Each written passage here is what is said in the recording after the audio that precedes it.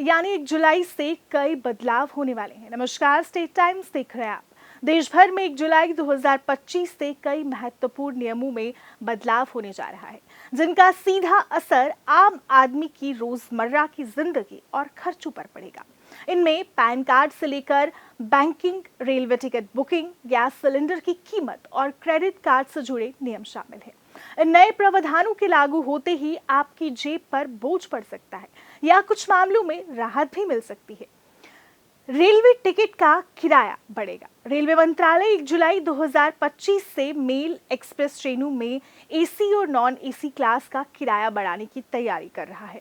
अधिकारियों के अनुसार non AC, sleeper, second seating आदि श्रेणियों में 1 पैसा और सभी एसी क्लास में 2 पैसे प्रति किलोमीटर की दर से किराया बढ़ाया जा सकता है।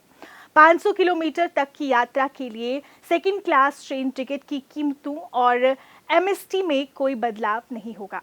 लेकिन अगर 500 किलोमीटर से ज्यादा की दूरी तय करनी है तो फिर यात्री को प्रति किलोमीटर आधा पैसा देना होगा।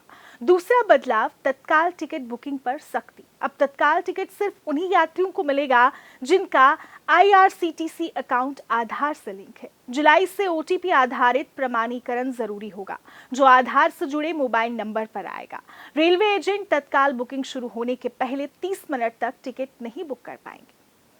पैन कार्ड नियमों में बदलाव होगा। आधार कार्ड अनिवार्य होगा। अब 1 जुलाई से नए पैन कार्ड के लिए आवेदन करने पर आधार कार्ड देना अनिवार्य होगा। यह नियम सीबीडीटी द्वारा लागू किया गया है।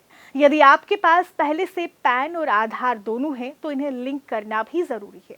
इसके लिए 31 दिसंबर 2025 तक का समय दिया गया है। क्रेडिट कार्ड बिल भुगतान का नया system. Bharat bill payment system प्रणाली अनिवार्य। भारतीय रिजर्व बैंक ने आदेश दिया है कि सभी क्रेडिट कार्ड बिल का भुगतान अब भारत बिल पेमेंट सिस्टम के जरिए किया जाएगा। इस बिल डेस्क, फोन पे, क्रीड जैसे ऐप्स पर असर पड़ सकता है। अभी केवल 8 बैंकों ने बीबीपीएस पर यह सुविधा शुरू की है। बैंकिंग नियमों में भी बदलाव होगा।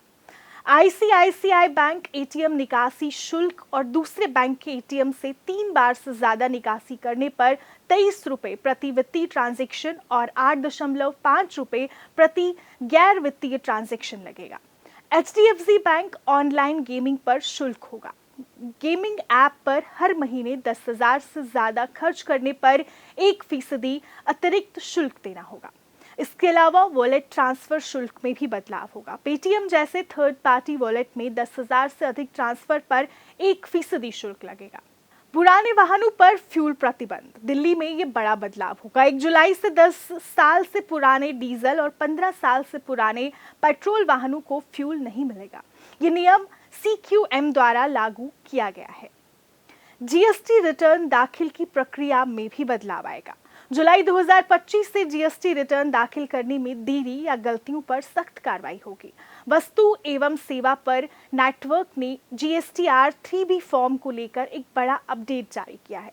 अब जुलाई 2025 से ये फॉर्म नॉन एडिटेबल होगा, यानी इसमें टैक्स विवरण जीएसटीआर 1(1)A से स्वतः भरा जाएगा और करदाता अब उसे खुद संशोधित नहीं कर सकेंगे। ये बदलाव कर व्यवस्था में पारदर्शिता और सटीकता सुनिश्चित करने के उद्देश्य से लागू किया जा रहा है।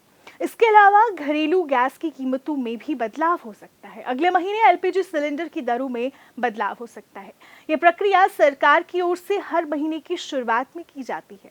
अभी 1 जून को 19 किलो वाले कमर्शियल एलपीजी सिलेंडर के दाम में कटौती की गई थी।